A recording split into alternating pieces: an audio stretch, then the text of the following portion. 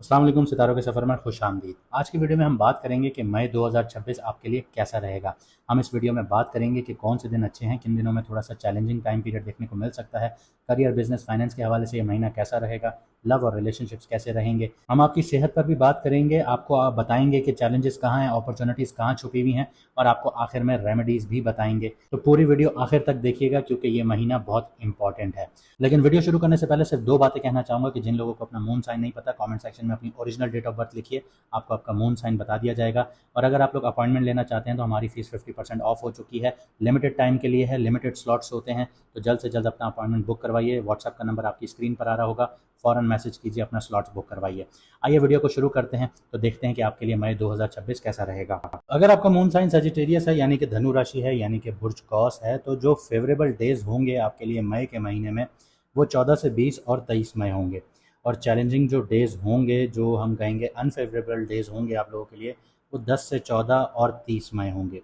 अब career, business और finance की बात करते हैं तो करियर के लिए जो 10th हाउस है आपका विर्गो है, लेकिन खाली है। लेकिन विर्गो के मालिक के जो असरात थे वो आपने देखे, यानी मरकरी के, जो पिछले 2 महीने से या तो रेट्रोग्रेड रहा या फिर नीच का रहा। तो इसका जो इम्पैक्ट आया आपके ऊपर, एक कन्फ्यूजन का शिकार, मिसकम्युनिकेशन, ये सारी चीज़ें आपने देखी। लेकिन अब मरकरी जो है वो ट्रांजिट कर रहा है, अब वो एरीज में जा रहा है, सन के साथ ट्रांजिट करेगा। आपके लिए सबसे स्ट्रॉन्ग फैक्टर होगा जो 7th हाउस है, जेमिनाई आपका, ये भी मरकरी का ही घर है और इसमें जुपिटर बैठा है। जुपिटर इतना पावरफुल नहीं है जेमिनाई में, लेकिन अब ये अपने जो अच्छे फ्रूटफुल रिजल्ट्स हैं वो देना शुरू करेगा। 24 से 29 डिग्री तक चलेगा, पुनर्वासु नक्षत्र में है, और ये अब अपने शर्फ की तरफ जा रहा है, यानी कैंसर की तरफ जा रहा है, उच्च का होने जा रहा है, जो पार्टनरशिप्स में, बिजनेस में और पब्लिक डीलिंग्स को एक्सपेंड करता हुआ नजर आएगा आपके लिए।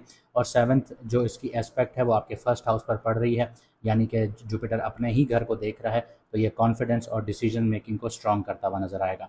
5th हाउस आपका एरीज है, सन बैठा हुआ है यहाँ पे, भरणी नक्षत्र में है, मरकरी यहाँ पे आएगा और आपको क्रिएटिव और रिस्क टेकिंग बनाना शुरू करेगा। यहाँ पे मिड मंथ के बाद जब 11 मई होगा तो मार्स भी यहाँ पे ट्रांजिट करेगा, जो बोल्ड डिसीजन और फास्ट एक्शंस को सपोर्ट करेगा। ये एंटरप्रेन्योरशिप और स्पेकुलेटिव इनकम्स के लिए स्ट्रॉन्ग प्लेसमेंट होगी। फाइनेंस के लिए सेकंड हाउस कैप्रिकॉन है आप लोगों का, लेकिन कैप्रिकॉन का जो लॉर्ड है वो आपके 4th हाउस में बैठा है, यानी कि ढैया का टाइम पीरियड एक्टिव करके बैठा है, और इसी के बिल्कुल ऑपोजिट आपके जो 10th हाउस है यानी कि करियर का घर है उसको देख रहा है। तो करियर में इश्यूज डेवलप हो रहे हैं, ऐसा नहीं है कि नहीं हो रहे। किसी की नौकरी चली गई होगी, किसी को नौकरी पे एक पोस्टिंग ऐसी दे दी गई होगी जो किसी काम की नहीं होगी, लेकिन जुपिटर यहाँ पे अभी भी संभाल रहा है। लेकिन जब जुपिटर यहाँ से ट्रांजिट करेगा तो नौकरी वाला जो चैप्टर है वो यहाँ पे थोड़ा सा मुश्किल में आएगा, और दूसरे चैप्टर आप लोगों के खुलेंगे, वो हम आपको डिटेल में समझाएंगे जब जुपिटर ट्रांजिट करेगा। लेकिन फिलहाल जुपिटर जो बैठा है वो आपके 7th हाउस में बैठा है, तो आपको पार्टनरशिप से फ़ायदे दिलवा सकता है, आपकी डीलिंग्स करवा सकता है, आपको किसी नई पार्टनरशिप में भी लेके जा सकता है।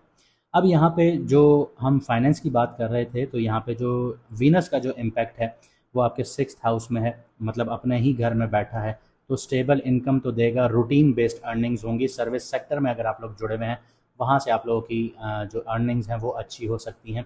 लेकिन याद रखिएगा कि लोग आपके पीछे भी आएंगे कि ये इतना अच्छा कैसे परफॉर्म कर रहा है, या इसको सारी फैसिलिटीज़ क्यों मिल रही हैं। रोहिणी नक्षत्र में बैठा है वीनस, स्टडी ग्रोथ का सिग्नल देता है, यहाँ पे आपको कंसिस्टेंट इनकम मिल सकती है।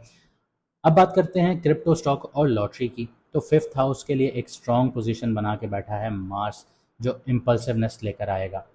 10th और 14th ऑफ मई ये रिस्की ट्रेड्स डेट होंगी आप लोगों के लिए, इनमें अवॉइड कीजिएगा। आप लोगों ने इनमें नहीं इन्वेस्ट करना, इन डेट्स में सिर्फ आप लोग मार्केट्स को देखिएगा। एंड ऑफ द मंथ जो है वो बेटर प्लानिंग के साथ आप लोगों को मुनाफे हासिल होंगे। अब ज़रूरी नहीं है किसी के पास नौकरी नहीं है तो वो कमा नहीं सकता, वो कमा सकता है, लेकिन बस आप लोगों का जो फर्स्ट हाउस का लॉर्ड है जुपिटर, वो थोड़ा सा रेट्रोग्रेड भी बैठा हुआ था, नेगेटिव भी बैठा हुआ था, तो उसके इम्पैक्ट कुछ अच्छे नहीं मिल रहे थे। अब उसके इम्पैक्ट आप लोगों को अच्छे मिलेंगे। 8th हाउस में वो जाएगा, 8th हाउस की प्लेसमेंट उसकी इतनी अच्छी नहीं है, तो यहाँ पे आपको मैं बताऊँगा कि 8th हाउस में आप लोगों को क्या एक्टिव करना चाहिए ताकि नेगेटिव रिजल्ट्स आप लोगों को ना मिलें, पॉजिटिव रिजल्ट्स मिलें। अब आगे बात करते हैं लव और रिलेशनशिप्स की। तो 5th हाउस एरीज है और इसमें मार्स और सन का कन्वेंशन होगा, तो यहाँ पे जो इन्फ्लुएंस होगा वो रोमांस को पैशनेट और इंटेंस बनाएगा। आप अपनी फीलिंग्स को एक्सप्रेस करने लगेंगे, लेकिन यहाँ पे बेसब्रापन भी देखने को मिलेगा, इम्पेशेंस भी देखने को मिलेगा।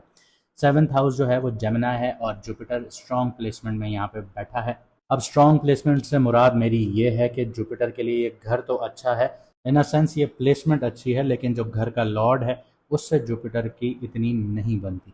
तो यहाँ पे कम्युनिकेशन गैप्स देखने को मिलेंगे, या रिलेशनशिप ग्रोथ भी होगी, अंडरस्टैंडिंग होगी, कम्युनिकेशन इम्प्रूव होगी, लेकिन याद रखिएगा कि ये मरकरी का घर है और मरकरी यहाँ पे मिसकम्युनिकेशंस आपको देगा। चाहे आप लव पार्टनरशिप्स में हो, चाहे आप बिजनेस पार्टनरशिप्स में हो, तो बात ये होगी कि आप किसी भी मामले की तह तक जाना चाहेंगे, उसको प्रॉपरली सॉल्व करना चाहेंगे, लेकिन आगे से कोई इतना इंटेलेक्चुअल आपके सामने आ जाएगा, वो अपनी डिग्रीज की बेस पे या अपने दिमाग की बेस पे आपको हराने की कोशिश करेगा, तो यहाँ पे क्लैश बन सकता है। तो इस चीज़ पर आप लोगों को एहतियात से आगे बढ़ना है, लेकिन आपके रिलेशनशिप में अंडरस्टैंडिंग भी होगी, ग्रोथ भी होगी। ऐसा नहीं है कि इम्प्रूवमेंट नहीं आएगी, इम्प्रूवमेंट आएगी, लेकिन बात इतनी है कि आपको सिर्फ अल्फाजों का चुनाव और अगले को टैकल करना आना होगा। इसके अलावा जुपिटर जिस नक्षत्र में है वहाँ पे रिपीट बॉन्डिंग और सेकंड चांसेस के इंडिकेशंस आते हैं, यानी कि आपका अगर रिलेशनशिप टूट भी रहा था तो वहाँ पे अब आपको सेकंड चांसेस मिलने के यहाँ पे बहुत चांसेस डेवलप होंगे, सॉरी। लेकिन ज़िंदगी इतनी आसान होती तो क्या ही बात होती। मार्स जो है वो चौथी नज़र से आपके 7th हाउस को देख रहा है। अब 7th हाउस जो है वो आपके शादीशुदा ज़िंदगी का है, बिजनेस पार्टनरशिप्स का है। मार्स यहाँ पे जब देखता है तो इम्पल्सिवनेस लेकर आता है, यानी कि आर्ग्यूमेंट्स भी होंगे, डोमिनेंस इश्यूज भी होंगे। मून जब एक्वेरियस में और पाइसेस में आएगा, यानी 10 से 14 मई के दरमियान, तब मिसअंडरस्टैंडिंग्स और इमोशनल इम्बैलेंस आ सकता है। सिंगल्स की बात करें तो वीनस का जो ट्रांजिट होगा मिड मई में जेमिनी में, तो स्ट्रॉन्ग अट्रैक्शन और मीनिंगफुल कनेक्शंस आप लोगों को तब मिलेंगे। आगे बढ़ते हैं, हेल्थ की बात करते हैं। तो हेल्थ के लिए 6th हाउस जो है टॉरस है, वीनस यहाँ पे बैठा है, रोहिणी नक्षत्र में है, सपोर्टिव है आप लोगों के लिए, ये बैलेंस और रिकवरी देता है यहाँ पे। लेकिन 4th हाउस में बैठा जो सैटर्न है पाइसेस में, और मार्स का जो कंजंक्शन है 11th ऑफ मई तक ये कंजंक्शन रहेगा, तो इमोशनल स्ट्रेस और इनर अनरेस्ट क्रिएट करेगा, आपको मन का सुकून नहीं मिल रहा होगा। और दूसरी चीज़ ये है कि जो मार्स तीसरी नज़र से आपके 6th हाउस को देख रहा है वो वीनस को भी हैवी कर रहा है। तो यहाँ पे अगर आप लोगों ने अपनी ईटिंग हैबिट अच्छी नहीं की तो यहाँ पे आपको डायबिटिक होने का भी ख़तरा पैदा होता है, और साथ ही साथ गट से रिलेटेड इश्यूज़ भी आ सकते हैं, हड्डियों से रिलेटेड भी इश्यूज़ आ सकते हैं। इसके अलावा आप लोगों को अपने जेनाइटल एरियाज़ का भी ख्याल करना होगा, यहाँ पे आपको जेनाइटल एरिया से रिलेटेड भी इश्यूज़ देखने को मिल सकते हैं। इसके अलावा मून जब 12 से 14 मई के फेज़ में पाइसेस में होगा, तो यहाँ पे आप लोग एनर्जी आप लोगों की लो फील होगी, इमोशनल एग्जॉशंस भी देखने को मिल सकते हैं। और राहु तीसरे घर में बैठा है, तो ये मेंटली आपको रेस्टलेसनेस का शिकार कर सकता है, जो कि ओवर थिंकिंग और एनजाइटी में बदल सकती है आप लोगों के लिए। 12th हाउस आप लोगों का स्कॉर्पियो है, खाली है, लेकिन मार्स इसका लॉर्ड है, जो कि फ़िलहाल सैटर्न के साथ इन्फ्लुएंस में है। तो ये आपको स्लीप डिस्टर्बेंस क्रिएट कर रहा होगा, सबकॉन्शियस माइंड को स्ट्रेस में लेकर आ रहा होगा, और जब आप तकिए पे सर भी रखते होंगे सोने के लिए तो दिमाग चल पड़ता होगा, ऐसी सिचुएशंस डेवलप करेगा। अब पहले रेमेडीज़ बताने से पहले मैं आपको चैलेंजेस और अपॉर्चुनिटीज़ बता देता हूँ, फिर रेमेडीज़ भी बता देता हूँ। तो सबसे पहले चैलेंजेस और अपॉर्चुनिटीज़ को देखते हैं। तो चैलेंज जो है वो सैटर्न और मार्स का कंजंक्शन है, जो कि 11th ऑफ मई को ख़त्म हो जाएगा। इमोशनल और घर का स्ट्रेस बहुत ज़्यादा है, लेकिन सैटर्न जैसे जैसे आगे बढ़ेगा तो घर का सुकून आपका और ज़्यादा डिस्टर्ब करना शुरू करेगा। राहु आपकी कम्युनिकेशन को कंफ्यूज करेगा, और मार्स जो है वो इम्पल्सिव डिसीजंस की तरफ लेके जाएगा। अपॉर्चुनिटीज़ आप लोगों के लिए ये हैं कि जुपिटर अभी स्ट्रांग हुआ है, तो पार्टनरशिप में आप लोगों को एक अच्छा ग्रोथ देखने को मिलेगा। वीनस जो है वो स्टेबल होना शुरू होगा, लेकिन वीनस के लिए आपको मेहनत करनी पड़ेगी, क्योंकि आपको डिसिप्लिन अपनाना होगा। जब आप डिसिप्लिन अपनाएंगे आपका वीनस एक्टिवेट हो जाएगा, तो ये स्टेबल रूटीन अगर आपने अपना ली तो इनकम में सपोर्ट मिलना शुरू हो जाएगी। मार्स क्रिएटिविटी और एक्शन आपको देगा, पावर देगा कि आप अपने डेली रूटीन को, अपनी चीज़ों को टाइमली मैनेज कर सकते हैं, उसके लिए एनर्जी प्रोवाइड करेगा। बेस्ट टाइमिंग आप लोगों के लिए इस महीने जो होंगी वो 14 से 23 मई की होंगी।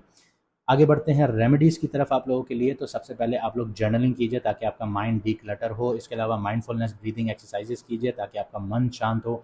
रात को सोने से पहले अल्लाह ताला का शुक्र अदा कीजिए, जितना कर सकते हैं उतना शुक्र अदा कीजिए, चाहे उसने नवाजा या नहीं नवाजा फिर भी शुक्र अदा कीजिए।